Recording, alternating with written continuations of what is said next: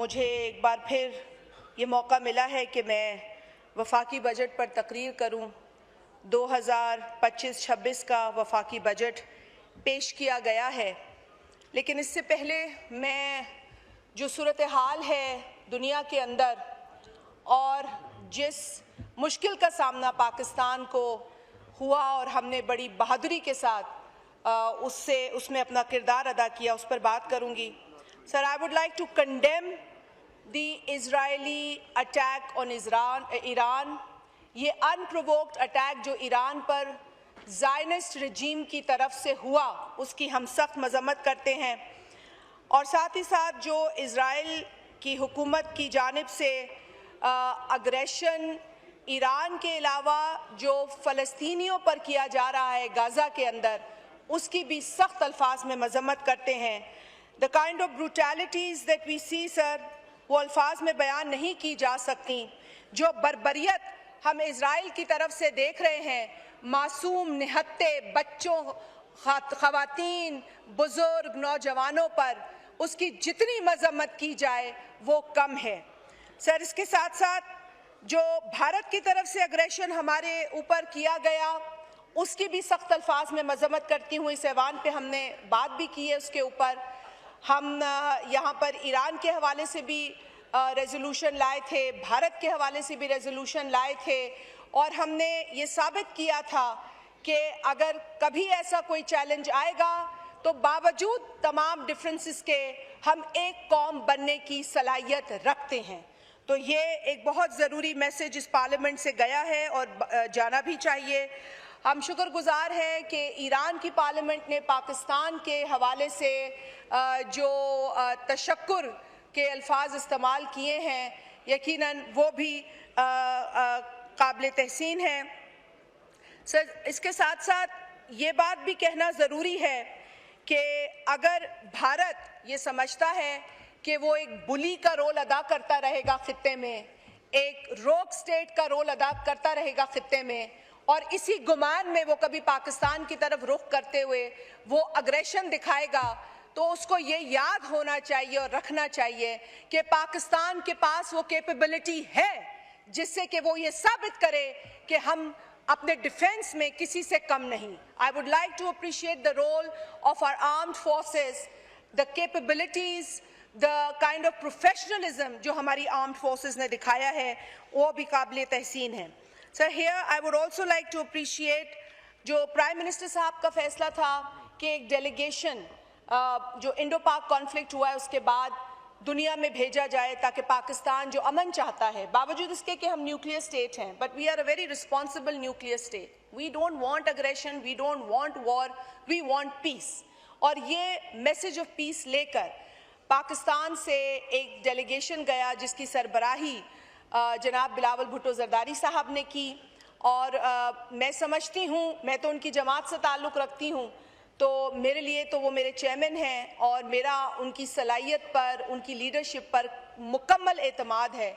लेकिन मेरे उस कायद ने, उस लीडर ने जिस तरीके से पाकिस्तान का मुकदमा आलमी फोरम पर रखा, यूनाइटेड नेशंस के सामने पेश किया, वो काबिल तहसीन है, और उसकी मैं जितनी तारीफ़ करूं वो कम है, कतई नज़र इसके कि आप किसी भी पार्टी को बिलोंग करते हैं। बिलावल साहब ने कहीं पर ये नहीं कहा कि मैं पाकिस्तान पीपल्स पार्टी की बात कर रहा हूं, उन्होंने हर जगह ये कहा कि मैं पाकिस्तान की बात कर रहा हूं, पाकिस्तान का मुकदमा लड़ रहा हूं। तो हमें अपने उस नौजवान लीडर की तारीफ करनी चाहिए। अगर आज पाकिस्तान का जिक्र होता है दुनिया में कहीं भी, तो मैं और आप भी ये दिल पे हाथ रख के कह सकते हैं कि आपको ये पूछा जाता है कि आप उस मुल्क से हैं जहां से शहीद जुल्फ़िकार अली भुट्टो थे, आप उस मुल्क से हैं जहां से शहीद मोहतरमा बेनज़ीर भुट्टो थी, तो आप क्या कहते हैं? नहीं, हम उस मुल्क से नहीं है, आप फख्र से कहते हैं हम उस मुल्क से थे। तो यहाँ पर भी आपको इस बात की तायीद करनी चाहिए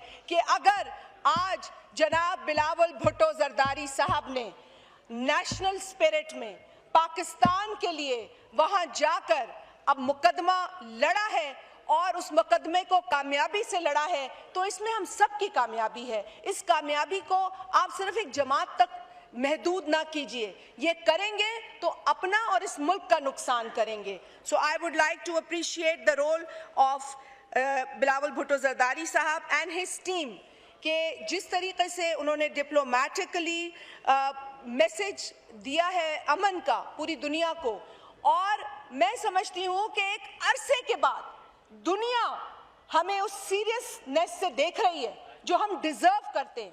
हम डिजर्व तो करते थे क्योंकि एक दिहाई से हम टेररिज्म के खिलाफ लड़ रहे हैं। 90,000 लोग हमारे शहीद हुए हैं, पे दर पे हमले हमारे बच्चों पे हो रहे हैं, मसाजिद पे हो रहे हैं, स्कूल्स पे हो रहे हैं, बाजारों में हो रहे हैं। तो विक्टिम्स तो हम हैं, लेकिन अपना केस जिस तरीके से पेश करना चाहिए वो भी एक सलाहियत है, और आपको मानना पड़ेगा कि ये सलाहियत वाकईतन बिलावल साहब में है। उन्होंने हमारा सर फख्र से बुलंद किया है, और जब भी जरूरत पड़ेगी, आज नहीं, जब भी जरूरत पड़ेगी, आप देखेंगे कि बिलावल भुट्टो जरदारी पाकिस्तान के लिए फोर फ्रंट पे खड़े रहेंगे। ये हम आपसे वादा करते हैं। इसके साथ उनकी काबिलियत और सलाहियत सबने देखी। यूनाइटेड नेशंस हो, ओआईसी के साथ भी उन्होंने बात की, ओआईसी के फ्रंट पे भी उन्होंने गाजा में होने वाली तमाम ब्रुटैलिटीज़ को कंडेम किया, यूनिटी का मैसेज दिया, और फिर जो भारत अग्रेशन कर रहा है, दिखा रहा है अपने मुल्क के अंदर जो माइनॉरिटीज़ के साथ कर रहा है, और फिर जो मकबूजा जम्मू और कश्मीर के अंदर जो बर्बरियत कर रहा है उसको भी बेनकाब किया उस फोरम पर। और मैं समझती हूँ कि एक जानिब हमने देखा कि भारत का एक डेलीगेशन था जो यूँ तो 26 लोगों की जो हलाकत थी उसको जवाब बनाकर पहले पाकिस्तान पे हमला करता है और फिर दुनिया में मैसेज देने जाता है, लेकिन हमने उनके डेलीगेशन को मौसीकी में भी मसरूफ देखा, हमने उनको गाना बजाते गाते भी देखा।